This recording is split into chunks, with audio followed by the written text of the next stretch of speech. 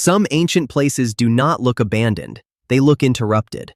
Their stones point at the sun, their tunnels go nowhere, and their dead were arranged like instructions.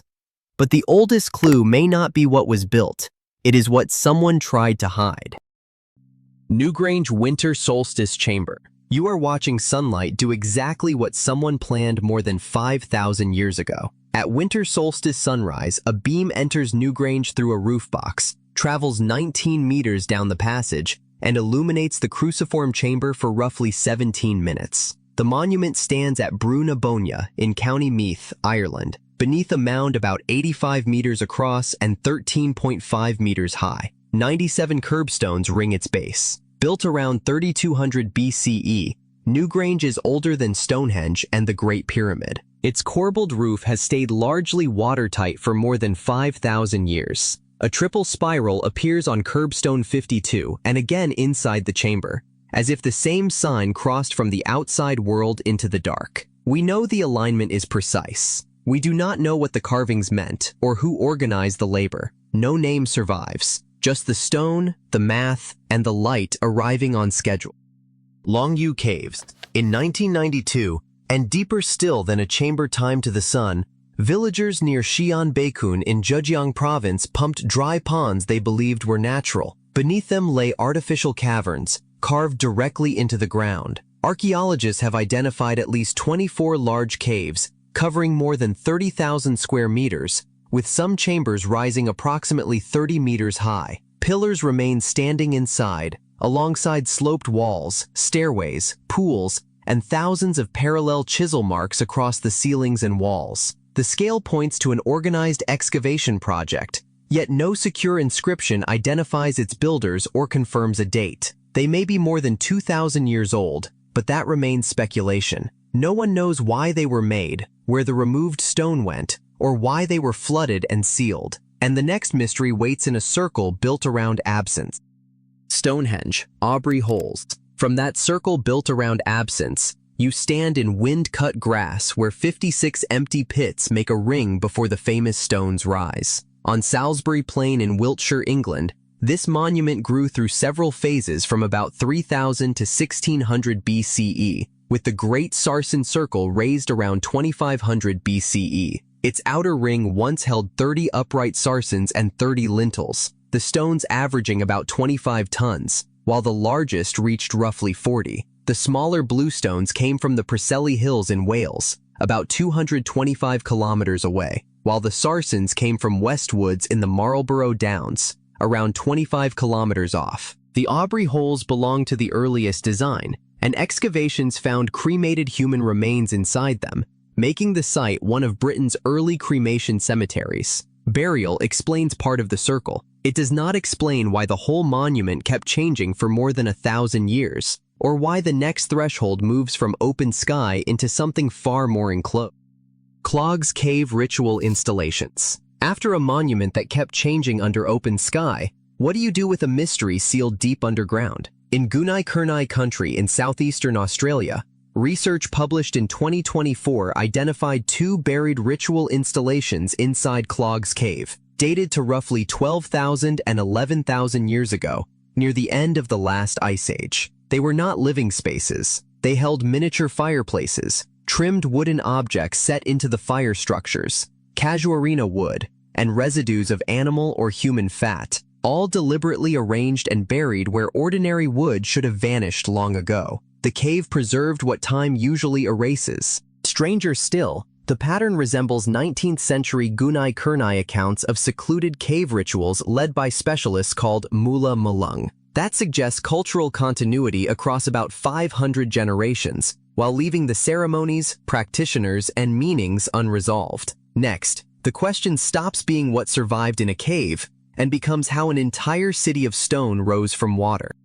Nan Madol. After Cloggs Cave, William Ayres raised the problem from hidden ritual to engineered landscape when he surveyed a city built in a lagoon. This was a ceremonial capital on artificial islets off Temwin Island in Pohnpei, tied to the Sotalur dynasty, and built mainly from about 1200 to 1600 CE. Around 92 islets spread across 80 or more hectares, linked by tidal canals, formed a place where stone architecture and water worked as one system. Its builders stacked prismatic basalt columns like log cabins, without mortar, and Nan Madol, the royal mortuary compound, rose behind walls about 7.5 meters high. Across the complex, estimates put the stone at roughly 750,000 metric tons. What we know is the result. What we do not know is how those columns were quarried, moved over water, and lifted without metal tools, pulleys, or draft animals, or why the city was later abandoned. And beyond this lagoon, the stones only get larger.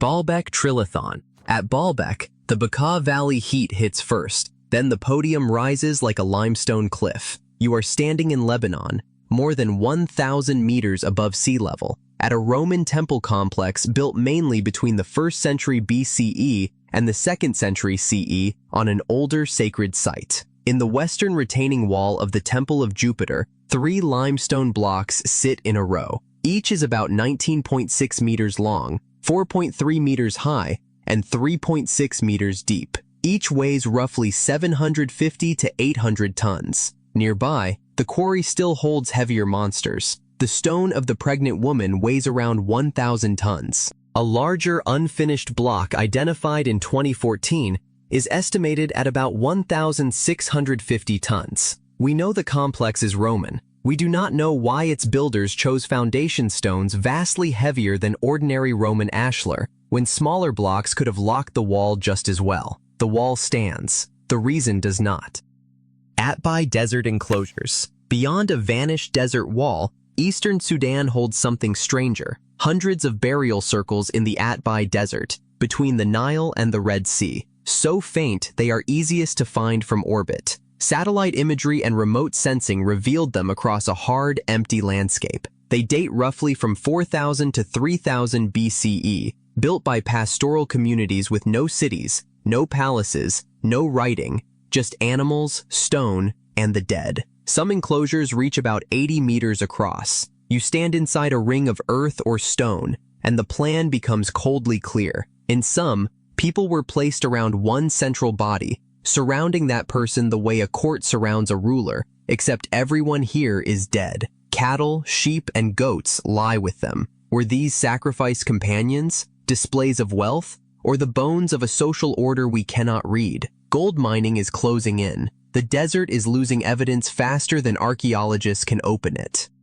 Tumulus 17 at Istros. At Istros, on Romania's western Black Sea coast, you are standing beside a mound built around 550 to 525 BCE. It lay in the northern necropolis of a Greek settlement. At its center was a high-status burial, with cremation features archaeologists compared to the heroic funerals of Homeric epic. That part looked Greek enough. The problem was what lay with it. 3 human victims had been placed in the grave. Mid-20th century scholarship often treated that fact as a border marker. Human sacrifice was not supposed to fit Greek identity, so the monument was called Thracian instead. The label explained the discomfort more than the burial. We know the mound held elite ritual and 3 sacrificed people. We do not know whether they were slaves, captives, dependents, or volunteers. Istros leaves the frontier exposed, where Greek and foreign are not clean facts, but arguments in the ash.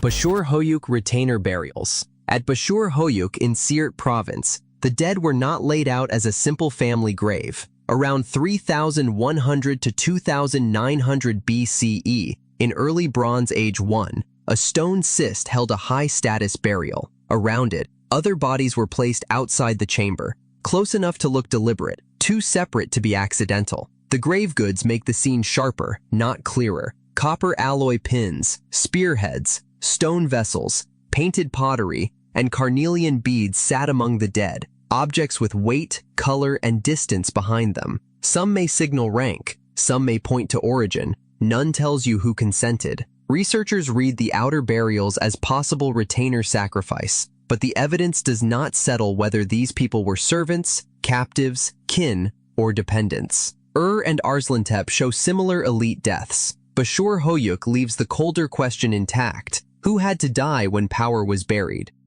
Herxheim bone processing site. In the settlement ditch at Herxheim, the dead do not lie whole. They arrive as thousands of fragments, scraped, cut, burned, and split open. In Rhineland-Palatinate, Germany, people of the linear pottery culture, or LBK, occupied this place between about 5,300 and 4,950 BCE. Archaeologists found remains from at least several hundred people, deposited in ditches with pottery and other objects.